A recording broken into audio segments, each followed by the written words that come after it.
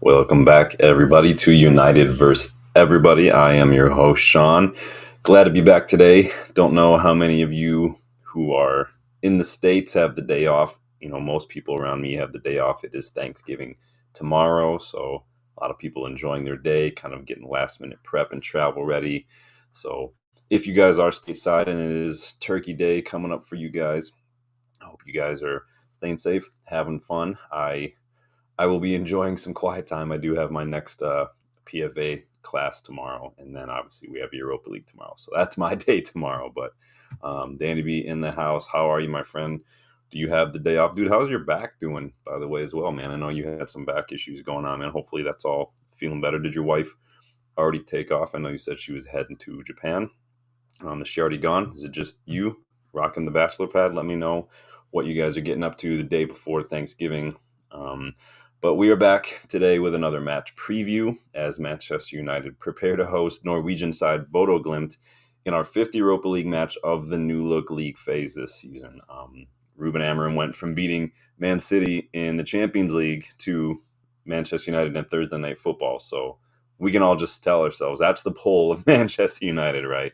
People worry about whether or not we'll be able to attract players without Champions League football. Like, we don't. It's Manchester United. We were in the Europa League back in 2016, and we still got players like Pogba, Ibrahimovic, Mkhitaryan, who was a Bundesliga player of the year at the time. Like, it's Manchester United. It hits different, let me tell you. So just saying. Moving on. Danny, arthritis, lower back, pal. Dang. That's rough, man. Backs are hard because it's just they're connected to everything. So it depending on where in your back and like your spine or whatever that stuff's located, it can ruin your day. But man, hopefully you just get some rest, and good thing wife is out of town this morning, so just you and the dog. Good deal, man. Well, so on the Europa League, Ruud managed to get us our first win in the competition when we hosted PAOK a few weeks ago. Remember, Ruud took over as interim manager. We won that match 3-0. The 3 draws to start our Europa League campaign, however, means we are sitting just 6 points after 4 games. Not a good look. That puts us at 15th in the Europa League, and Bodo Glimt are actually a couple spots ahead of us, up at 12th. So not a great look at the time, but we did manage to get our toughest fixtures, in my opinion, out of the way first. Porto, Fenerbahce, those are not easy matches, and we got some of those out of the way. But we did leave ourselves a little bit of a hill to climb in order to secure qualification. We played half our matches. We've got 4 more to go, including tomorrow. So we really need to make up some ground. I'm not panicking like a couple other United fans have been recently. We're closer to this than that. Like, I don't get into all that. I don't know why people love to throw out those we're closer to the bottom than the top lines. It's weird. Like, there's a long way to go in the season. People were already saying this like 6 games into the Premier League already. Like, just calm down. We can look at it, yes, and say that, but we all know that that's not usually the way things look at the end of the season. So let's all just take a breath, woosah, and move on. But in terms of where we are right now, just like the Premier League table, a few good results could see us jump up several spots. 3 points tomorrow against Bodo Glimt could see us jump up to 9th with just still 3 matches to play. So it's not out of the realm possibility that we can get a really good result. And maybe some other results could go our way, and we can hopefully secure that qualification. The draws did hurt us, though. I'm not going to lie. The draws never do help. But they didn't cripple us. And Bodo Glimt really should be 3 points for us. I'm not trying to take it for granted, not trying to just disrespect anybody. I'm just saying it really should be 3 points for us. As far as Bodo Glimt themselves, obviously they play in the Norwegian League. The Norwegian League wraps up its final game this season, but they did well to kick off their Europa League campaign with a big shock win over Porto, the first match of this campaign. They got that kid Hauge, in particular, who caused Porto all sorts of problems. He can be a handful. He has 7 goals, 5 assists in the league. He's got 2 goals, 1 assist in the Europa League. So you got to watch out for him. Their striker Hogue is on 10 league goals, so we need to watch out for him. They have a midfielder named Hakan Evjen, who's got 8 assists. And so you're going to kind of see a pattern here. They have energy. They're very technical. They're very good at moving around and just passing, pass and move, pass and move, pass and move. They're good at exploiting space. They did help us out by selling Groundback to Rons. I really like Groundback. I think he's a really good number 10. But obviously, even without him, they have a really good squad full of energetic, technical players who can do us some damage if we're not switched on, just like FC20 did. Patrick Berge, their 6, he's a linchpin in midfield. He makes everything tick from that position. He moves the ball. He basically just patrols the midfield, wins the ball back, pass and move, kind of like Morten Holman at Sporting or something like that. Just wins the ball, finds a teammate, wins the ball, finds a teammate. He's just a midfield general, just an all-around player. I really like him a lot. As far as the way they set up, Bodo Glimt are going to typically sit in a 4-3-3. 2017 called, right? They want their formation back. No, they play a 4-3-3. In any case, they can be very, very effective, obviously, especially when it comes to building their attack. Their midfielders use a lot of triangles, like I said, a lot of quick passes, and they rotate positions on the field a little bit to, like I said, exploit spaces that are left from the opposition, but also confuse the opposition. And they're very good at it. It helps, again, when you have versatile technical players, like total football oriented players who aren't just like, I'm only a 6 or I'm only a 10, players who are just midfielders who are quick, they can read the game, they move, they know what to do. Their fullbacks do also get involved as well. One of the fullbacks will tend to slot in the midfield to create another passing option and to help beat a press as well. So they're very good at really working within those tight areas. Really have to watch out for that. Pressing needs to be more coordinated, more patient, not just chasing the ball down if we're going to press. One tactic that could cause us a little bit of a headache is their tendency to push their 8s higher up the pitch to create basically a front 5 in the attack. They're basically overloading in that final third, in that final phase of attack, which can cause us problems. They like to overlap, they like to underlap with their fullbacks as well. They like to get balls into the box. They're very, very good at it. That gives them several options when it comes time to play that final ball, which could cause us problems. We've looked a little shaky. They do have a big league match this weekend, like I said. So, like I said, is the final match week of their domestic league, and it's a big match for them. A loss this weekend could see Bodo Glimt slip out of first place and lose the league, basically, because they are top, but they're only top by a point. So it's not a stretch to imagine that they might want to rotate and save their stronger side for the weekend to ensure that they win the league for like a 6th time in the last like 7-8 years or something. So again, it wouldn't surprise me to see them rotate a little bit so they can lock in the league this weekend. Maybe it's one of those Arsenal bigger fish to fry, but I think it would be big for them. They will want to end their league on a high note. So, but it is Manchester United, it is Old Trafford. It wouldn't surprise me. Most teams, it is a cup final when they come to Old Trafford, no matter what it is. So we'll see. What do you guys think? Who are the danger men with Bodo Glimt? Who you guys have your eyes on? They did do, like I said, they did beat Porto. Porto aren't the same Porto they were, though, last season. They lost a lot of good players, didn't replace them. But we do struggle against technical, energetic sides that tend to show up. It doesn't take much to show up against Manchester United and look like the side that's more up for it on the day, because we've seen us go up against teams like Ipswich. Ipswich were the better side. FC20, the better side. Spurs, way better. Like teams like it that just do the basics better than us. And it really just starts with the bare minimum of just showing up and putting in an effort. So it is what it is. Usman, welcome, bud. How are you? Good to see you again. Showing the love. Don't know their players, to be honest, pal. Yeah, I mean, not many people are gonna know. Not many people watch the Norwegian league. Typically, I only just watched that first match against Porto, and a couple of those players really stood out. Like I said, that Haga kid is a standout for me. Kind of like Stein at FC20, Sem Stein, the guy who caused us a little bit of issues. So let's talk a little bit about what United are doing going into this. We're going to tackle Ruben Amorim's presser, which I was waiting for this morning, talk a little bit of tactics and team news and what we can expect to see. And then I'm going to share with what the starting 11 that I'd probably go with in this match. So Licha and Maguire returned to team training. Amorim confirmed that, but he did also confirm that Maguire is not ready yet. But he did say Licha will be available. So will he jump right in? Who knows? Interestingly enough, it's been reported that Evans, Lindelof, and Yoro were not at training. So that's what was reported. If somebody can confirm that or not, you guys let me know. I'm going moving forward from there. Sorry, I just lost my place here. So Nathan Salt, though, with the Mail reports that it was a designated recovery day for Lenny Yoro as United continue to kind of be cautious with his return to action. They're being very, very, very, very careful with him. I don't know if it's the nature of the injury. I don't know if it's maybe they're finally learning from some of the other mistakes they've made with other players who they've rushed back too quickly and maybe didn't quite monitor carefully enough. Is it they're just, I don't know, maybe he doesn't look ready. I don't know. Maybe it's a mistake. Maybe they can just throw him in. You guys let me know later on when we go through the starting 11. But on Yoro, Amorim said he is available to train, but we are working on his fitness. This is important. He is a young guy. This is a massive club. It's very important, the first image. So we'll try to put it together because he's a great talent.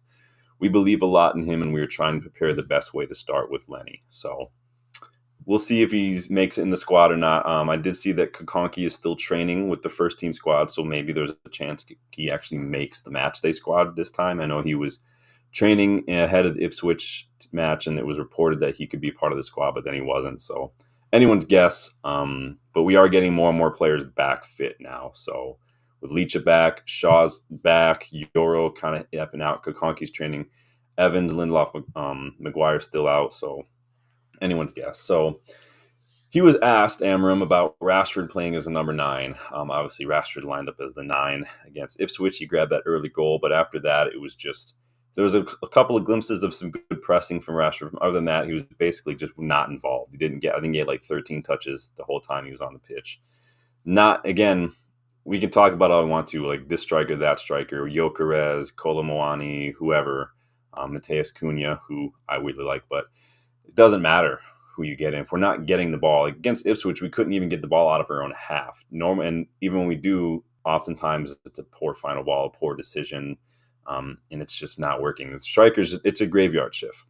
But on Rashford, Amorim said, I will try to help him. That position is not the best one for him. He was fighting with 2 giants, so 2 big defenders. Yeah, Rashford was isolated against Ipswich. It was him, and then there were just nothing but Ipswich shirts around him. We will try to find the right solution for him, but he has to be Marcus to return to that form. He has to be the first one to want it. So basically he's saying, like, Rashford's got a part to play in this as well. Then he wants Kokonki on the bench. Yeah, it would be fun. I think that's a great way to, I mean, again, I don't like the idea of just paying lip service to the fans, but it would be kind of cool. We saw that with Kambwala as well. We get excited for that kind of stuff, don't we? On the lack of goals, Amorim has said Rasmus and Josh, so Højlund and Zirkzee, will score more goals. Ahmad has to be better nearer the goal. Bruno as well has to score more goals. Interesting, he called out a little, maybe that was a slight dig because Bruno was with him in the press conference. I would argue that Ahmad, like he says, Ahmad has to be better near the goal. I'd argue that Ahmad needs to be played nearer the goal in order to do that. It's difficult for him to be better nearer the goal when he's being played in that wide wingback midfield position. I like to see him play behind the striker. I think you're going to get the most out of him there. So Amorim said a few times, too, that when we improve as a team, it will help our attackers score more. This is literally the same thing I've been saying over and over and over again. It's not just about the strikers. It's nice to hear the manager kind of echo that as well, but it doesn't matter who the striker is if we're not doing enough to get him the ball.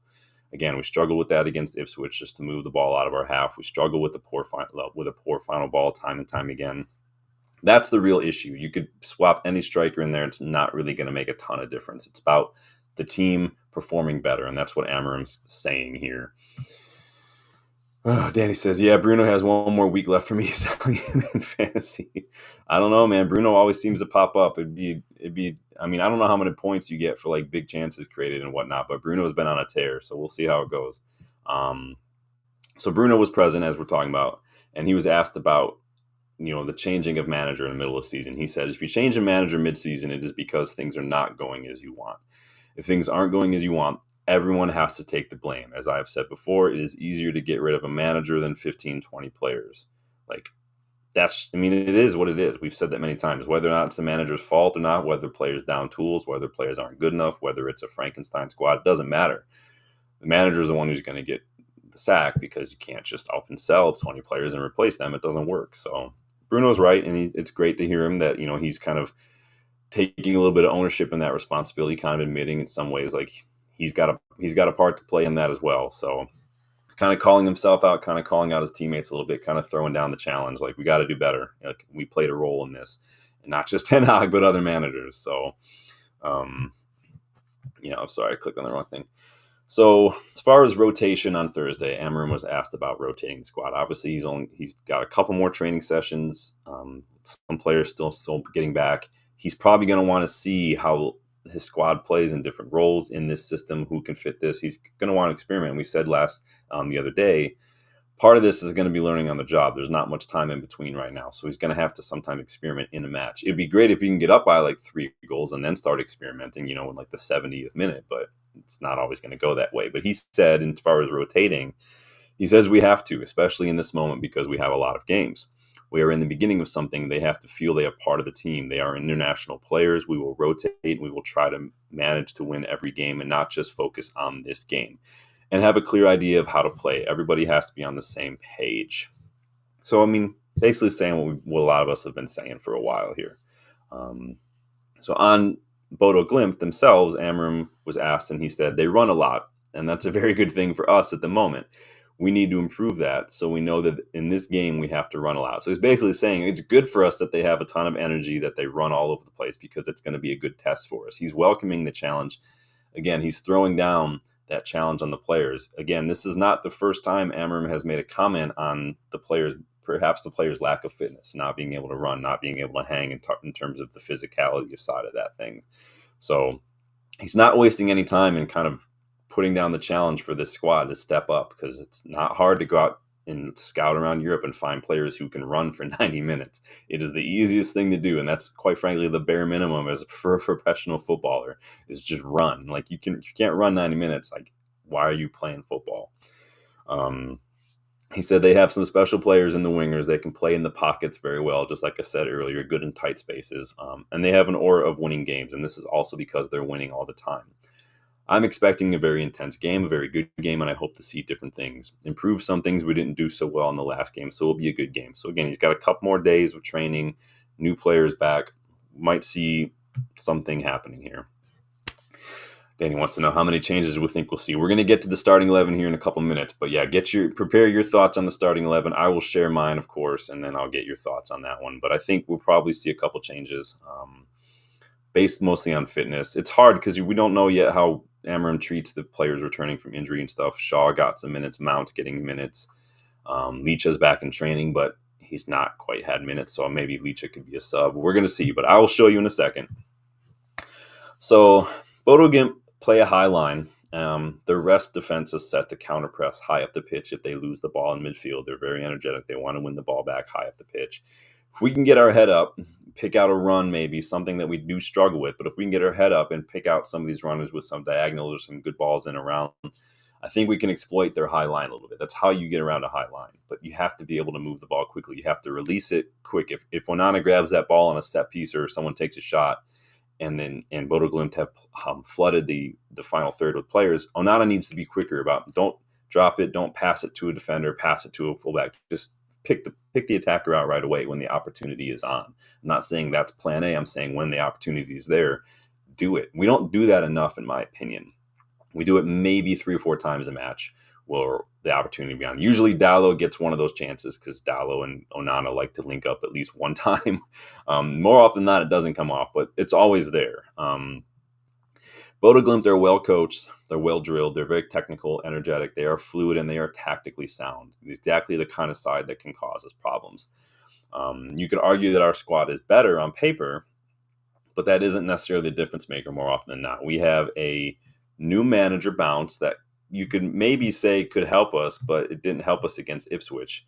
But Amorim, again, has only had a week with some of these players. So the squad's grasp of this system won't have had much time to develop since Ipswich. And there were already wrinkles against Ipswich, like I said. And we talked about that the other day, just the time it's going to take these players to get used to a new system, because they're simultaneously learning a whole new way of playing football from Amorim, not just new tactics, while also trying to forget habits that they've learned for the last 2.5 years under Ten Hag. Brains are not, they don't just do things that simply. So we're going to see how they go. So how should we set up to win this one here? More and more players are returning from injury and international duty. So Amorim is going to have a little bit of a selection headache, but I think some players have showed us enough against Ipswich to maybe see they're going to struggle a little bit. Some of those players didn't look like Yoro, Lindelof, and Evans trained, so we might not see Evans again. Is it sad that I have to feel like I even have to ask our players just to simply match Bodo Glimt's energy just to give us a better chance? Why do I even have to ask that? But in order to make that happen, I don't think this is going to be a game for Eriksson. I would argue potentially this isn't going to be a game for Casemiro. They both were overrun against Ipswich. We saw Eriksson get a little overrun against FC Twente.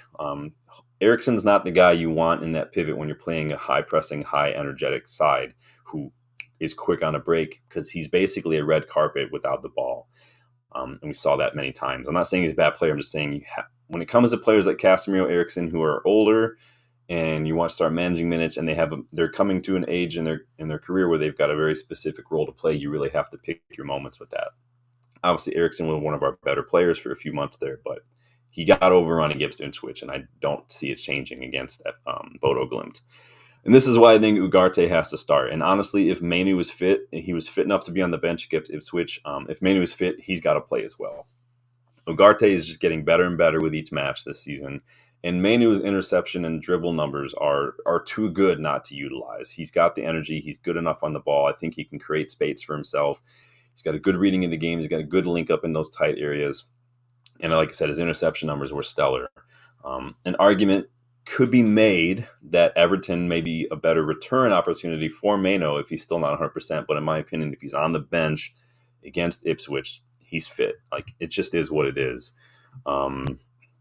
Danny says, I like to see Malacia mount, maybe Anthony starting at wingback if fit. We need to see what he's about. Yeah, and I mean, some of these players, like we've said a couple times now, their roles now in this new system are going to be very specific, and this is where it's going to be a combination of, are they willing to do that if it means not playing the role that they want to play, and can they do it? It's one thing we can say, okay, Anthony, you playing on the right, trying to cut in and always shoot on your left is not working. We see you as a left wing back. Well, he threw fit when he was asked to do that once, and the question then is still, can you do it? No one's doubting his energy. He does track back, I'll give him that, but is he going to be fine being the guy who's not getting goals and not getting involved? That's up to Anthony. Like Amorim said about Rashford, it's up to him. So on Rashford, though, I'm not starting Rashford in this one. That's just me not doing it. Especially not up top. Amorim remarked on what United missed with Rashford playing as a 9. He said, we played with Rashford up front and we lost some physicality, some ability to hold the ball. Exactly. Rashford's not a hold-up striker. He's not really a striker. He has scored strikers at goals, but he's not a striker. He's not even a winger. Rashford's an inside forward. And so I'll just throw this up right now while we're talking about it. So here is how I would maybe line up tomorrow. So obviously Onana in goal. I'm throwing Mazraoui back at center back because I just think, personally, I think that might be Mazraoui's best position. And just because he's playing at center back doesn't mean he's got to chill. Obviously, he can drive the ball out defense. He's very good defending those wide areas, I think. De Ligt picks himself, and I've actually started Shaw in this one, mostly because I don't know if Leach is 100%. Obviously, he was in team training, and Amorim said he'll be involved, but I don't know if I'd throw him in to start right away. But Shaw came in and got some minutes. Evans didn't train, it looks like, and Evans struggled a bit to move the ball. A lot of Evans' passes against Ipswich were not really progressive. They were kind of side to side. Again, we got stuck in that horseshoe pattern. Shaw's a little better in that regard, a little better on the ball, and probably got a little bit more speed to work with than Evans. So I'm going to start Shaw on that left-sided center back role. Ugarte, I want energy in midfield, and I want the ability to hold on to the ball in midfield. So I want Ugarte, and if Manu's fit, starting Manu in midfield. I think that's probably going to be our best combination moving forward. And like I know I've said that I don't prefer Ahmad to play in that wingback role, but you could see I've got him there right now because I think that I want Mount to start getting some minutes just because I need to see what Mount's all about. He's got to start playing more, and so why not? But the thing is, Ahmad did so well in that role against Ipswich. You might as well keep it going while we're still in that learning process. If it ain't broke, don't fix it, right? So I think there's an opportunity there. And Danny, I hear you when you say probably save Manu and play Malacia over Ahmad. There's a lot of things we could do. You might be able to move Mount back to where Manu is and move Ahmad a little higher up the pitch, and then put Malacia in there. You never know. There's a lot of different opportunities, and that's, like I said the other day, one of the great things about this formation is that it offers a couple different roles for a couple players. Like I said, Mount can play in that role behind the striker. He can play deeper if we need him to. Ahmad can play a couple different roles clearly, and I think the players need to take on that challenge to add a little bit of versatility to their game. I threw Mount and Bruno as the 10s behind Højlund. I think Højlund is definitely going to cook in the system. Obviously, he's coming back from international duty. We didn't see him get a whole lot of minutes against Ipswich, but this system is tailor-made for the way that Højlund plays the game, and so I need him to start playing. The Rashford experiment at 9, it was fine while we were getting people back from international. Obviously, he got a goal, so he'll be happy with that, but I don't think that's the long-term the way it's going to be. And then, as Danny hinted at earlier, I actually threw Anthony at wingback.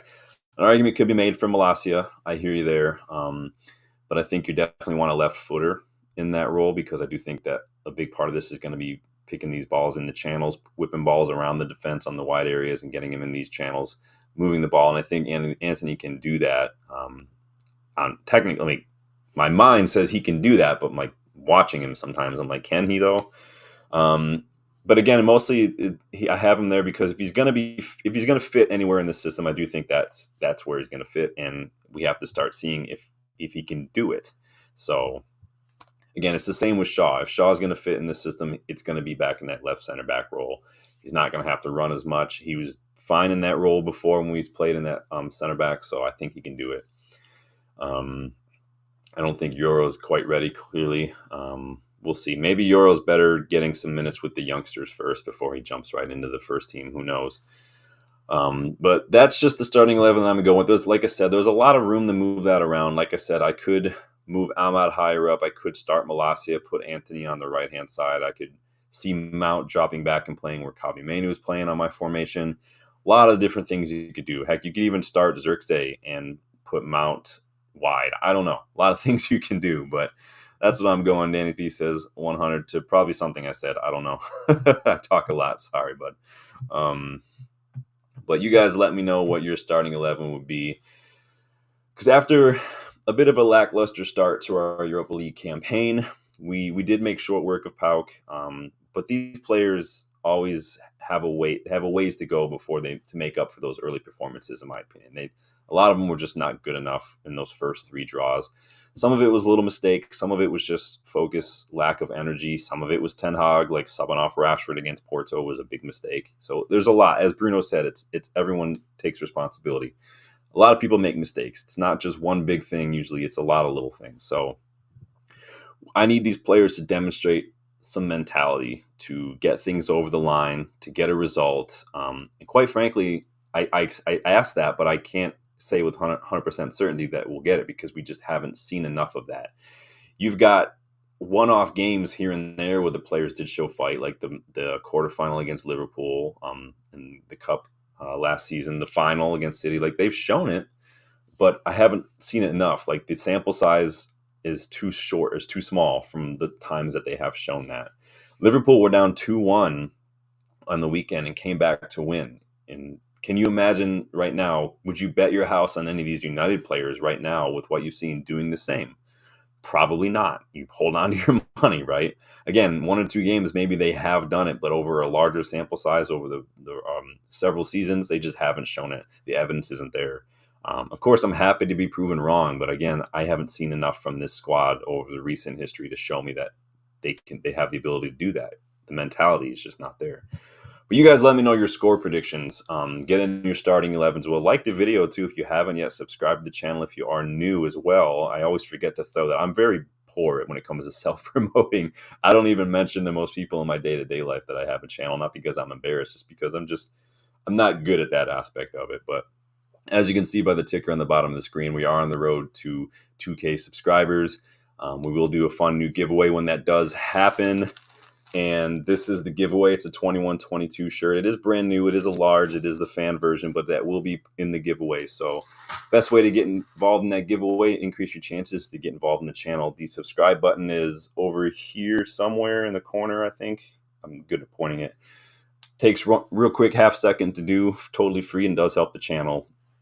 Danny, you and I are like on the same page all the time. We predicted the 3-1 against Ipswich. Obviously, that didn't happen, but you're saying 2-1 United. That's literally what I have in my notes right here is 2-1 United. I do think that we're still going to be struggling a little bit for goals, not because Højlund is bad, just because we're struggling to play in that way. And it's going to be down to the players around Højlund, I think, because I don't worry about Højlund's ability to put away his chances because he's shown that he can do it.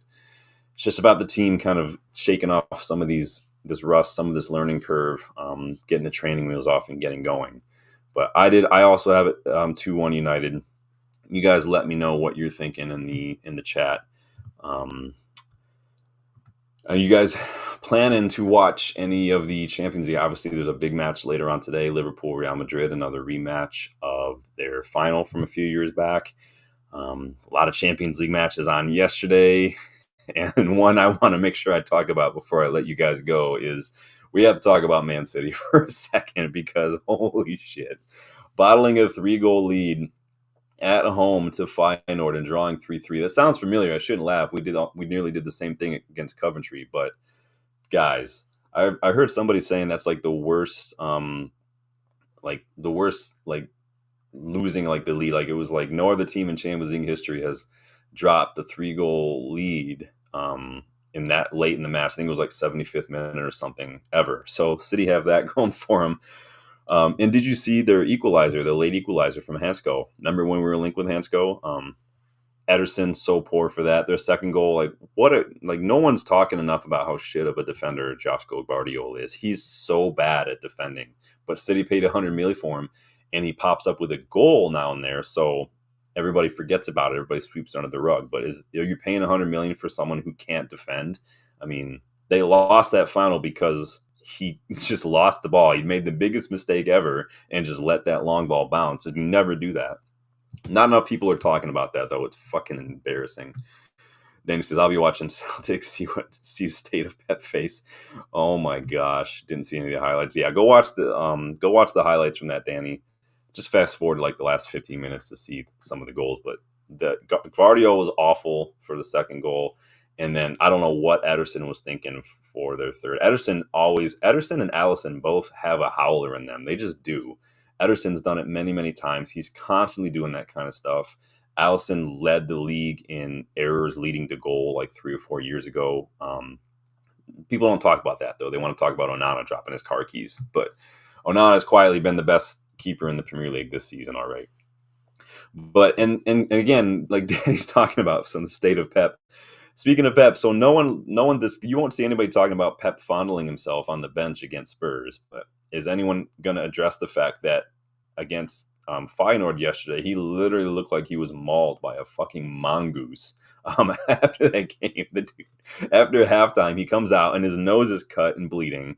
And then after full time, did you see all the scratches he got on his head? He looked like his house was possessed by demons or something, and he's waking up with freaking scratches in the middle of the night. Like, what is happening to this guy? This guy is literally unraveling before our eyes. And I'm conflicted, right? Because as a mental health professional, I'm like, maybe I should be concerned. But on the other hand, and as a United fan, I'm laughing my ass off watching him just completely spiral and nosedive into just all sorts of insanity.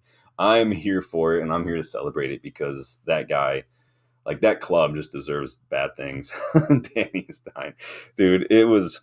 Yeah, I don't know if you haven't watched the highlights of the game, Danny. You go watch some of the stuff just from Pep afterwards. Like his nose is bleeding, he's got cuts all over his head. It's like if it wasn't City, I'd be a little more sad and concerned. But it's because it's City and it's Pep. I'm like, no, dude, you deserve all this because you are at a shit club. You are not like, and again, like I posted the other day, there are people who, honest to God, think that Pep is the best manager of all time. Like. And we're literally seeing right now in real time, and City fans can't handle this conversation, that he's not. Like who else wins 6? Who else like fails to win in 6 matches? Who's the GOAT? Like who having this kind of just complete collapse. Like, nobody does this. Who is sitting here? I can't believe there are City fans out here talking about an injury crisis when you lose one player. They fall apart whenever they lose Rodri. They've spent money on players, so no one wants to call him out for that. I'll call him out for it. He's not the best because Pep's never had to build a squad. He's never had to manage injuries. And clearly he's showing that he can. Every club he walks into is completely stacked. It's a completely loaded club. It's typically one of the best clubs in the league that he's at. And he just gets a blank checkbook. Pep's system works when he's allowed to buy just the best players that money can buy to fit that system. When he has to make do with some older players, or when he has a couple injuries, or he's got to field like one youngster now and then, and it completely falls apart, is exactly why he's not the best. Sir Alex has had to build and rebuild and build and rebuild like 2 or 3 times over the course of several decades, and he's done it. Like, Pep wants to go win a few more leagues, he can come and chat, but until then, he can't. So again, we can all laugh at the spiral that is City, because it would just be the icing on the cake if these charges come down and it all just hits the fan. And I'll be here for it. I already told you guys, I will literally buy drinks if you guys want to go. If the City are found guilty, we'll all tailgate outside of the Empty Hot. I will buy the drinks and we will just chill all day. We'll get a barbecue going. We'll get some drinks. We'll just hang out and we'll just sing all day. We'll sing every United song we can think of. So I'm here for it. I'll be there. Danny B says, no questions how bad their signings have been in the last 3 years. Yeah, no one's talking about Jack Grealish, who's basically just a 100 million pound alcoholic now. He comes in his first season at City. They paid a 100 million release clause, and Fred scored more goals than him in his first season at City. He had a decent second season, and then last season, non-existent, and they signed Doku because like you spent 100 million on Grealish, and you still go out and buy another winger. And he's on the bench. He's not even starting right now. They paid 100 million for Guardiola, who was one of the worst defenders I've ever seen. Like, did you spend 100 million on a defender so he can score a goal every couple matches? Like, that's not why you buy a defender. But we were giving crap for how much you spent on Harry Maguire. Like, it's just, but City, like, and the only excuse that City fans will have for any of these players or any of these Pep is like, well, 4P or we win things. Cool. But that's a totally different conversation. We're talking about what we're seeing in real time.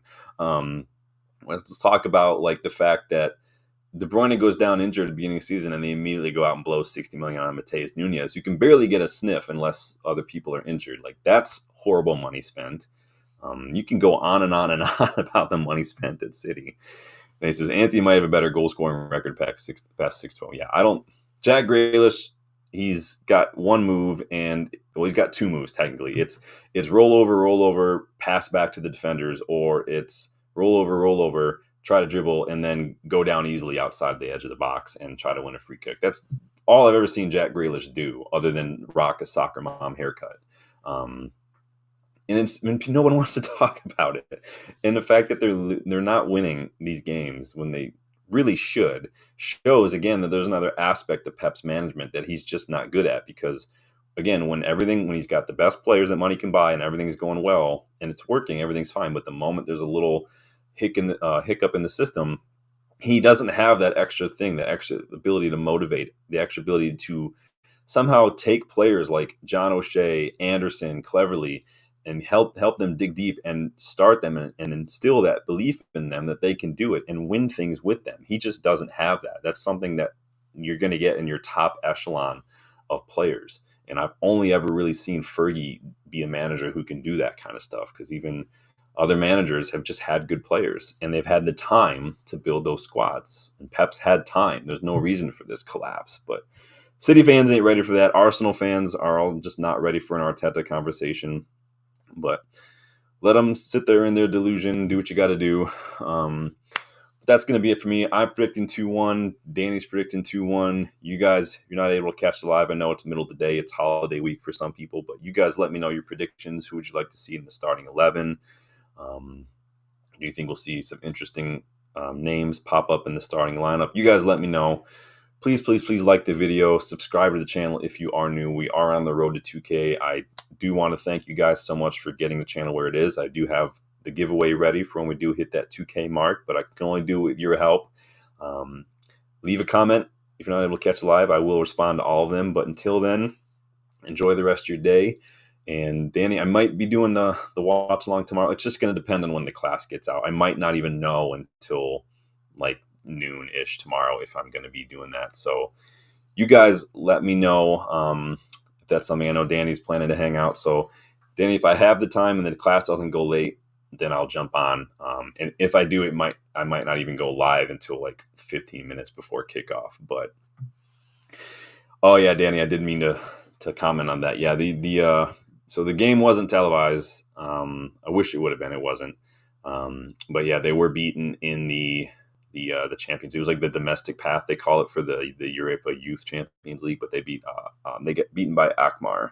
So it is what it is. We can't win them all, but doesn't mean that they're bad. We have a great academy right now. Truth, no panic. Yeah. So I'll be jumping on hopefully, but if I do, it's not going to be till like right before kickoff. But in any case, until then, enjoy your day. Thanks for stopping by, Danny. As always, good to see you, pal. Don't get into too much trouble while the wife's away. And Wheatley finishing again. Oh, did he not have great finishing, or did he finish? I didn't even check the score. I know they were beaten. I can't remember if it was like 1-0 or 2-1. I know it was like a 1-goal thing. I'll check while I'm live. Why not? So it was 2-1, and yeah, nobody. So we didn't even score. They had an OG, but yeah, Wheatley. And I've said that a couple times now, Danny. Like that's the one thing I've seen from Wheatley, whether it's been in the academy or when he's played with us. It's just the finishing is just. There's still some work to be done when it comes to his actual finishing, but he'll get there.